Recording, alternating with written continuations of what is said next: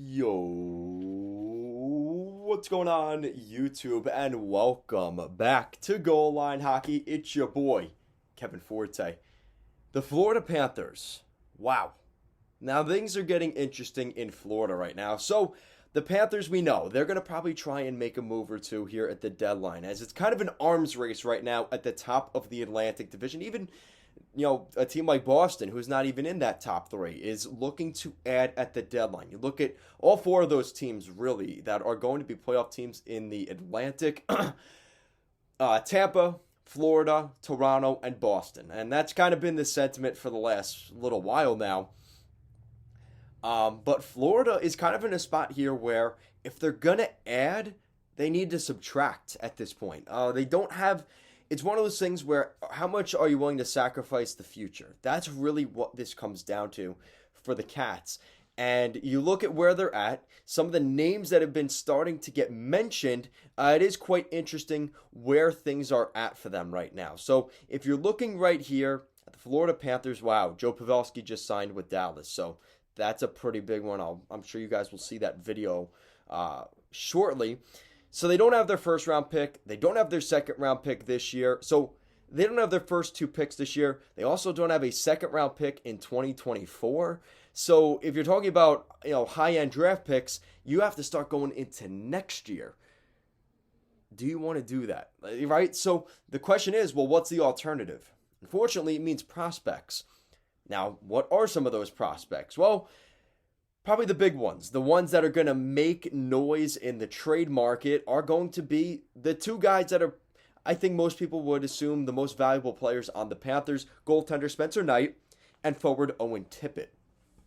Both former first-round picks of the Florida Panthers. So the first one is Owen Tippett. And Owen Tippett's been tied to a couple of different teams. He's 23 years old, from Peterborough, Ontario. And he's been playing in the NHL since 2017. Small sample size, but now this is his third NHL season. He spent 10 games this year with the Charlotte Checkers. He spent a little bit of seasoning 2 years ago with the Springfield Thunderbirds when that was their affiliate. He picked up 13 points in 10 games in the AHL this year. In the NHL, he's got 14 points in 42 games. So definitely a different shift there. The other key thing is here, he is on the final year of his entry-level contract, which will expire this summer. So do the Florida Panthers have the cap space to keep Owen Tippett past this season? Now, again, they have his rights. They could trade his rights in the offseason. Great. But that's something they're going to have to table here on in terms of what they're going to do. They aren't going to get the value for him this summer that they would right now because they have no leverage in the summer because they know he has to get traded. He's not signing with the Panthers because they don't have the money, so he must be traded, or I don't know where he is in the offer sheet situation. He could be offer sheeted. So that's kind of where we're at there with Tippett. This is from Jeff Merrick. It's believed that the Flyers have interest in Owen Tippett and scouted him the other night. And this was about 2 weeks ago when that report came out. This is also from David Pagnotta. The Stars, Canadiens, Ducks, and Coyotes have been linked to Owen Tippett. So what's interesting, it's a little cluster, of teams. You have the Stars, who could be a playoff team. You have the Canadiens, Ducks, and Coyotes, who are absolutely not playoff teams and definitely looking at keeping him long term. Not to mention they will likely have cap space this summer to bring in Owen Tippett. So that is definitely interesting there. And hey, Joe Pavelski with the Stars, so maybe he could be playing with them, right? So this is from Frank Saravelli, and this is more on Spencer Knight. So sources say teams have inquired about Spencer Knight this season, but have repeatedly been rebuffed.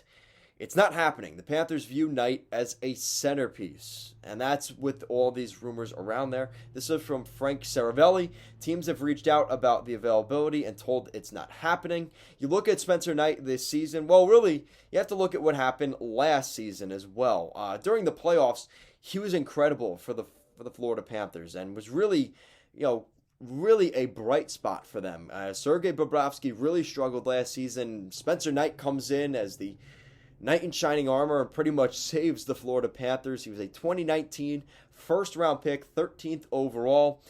In 4 regular season games last year, 919 save percentage, 232 goals against average.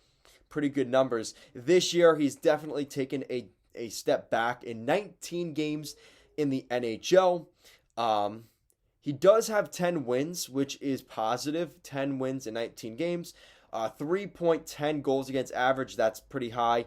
And just above a 900 save percentage at a 902, which is below his career high, which was last year.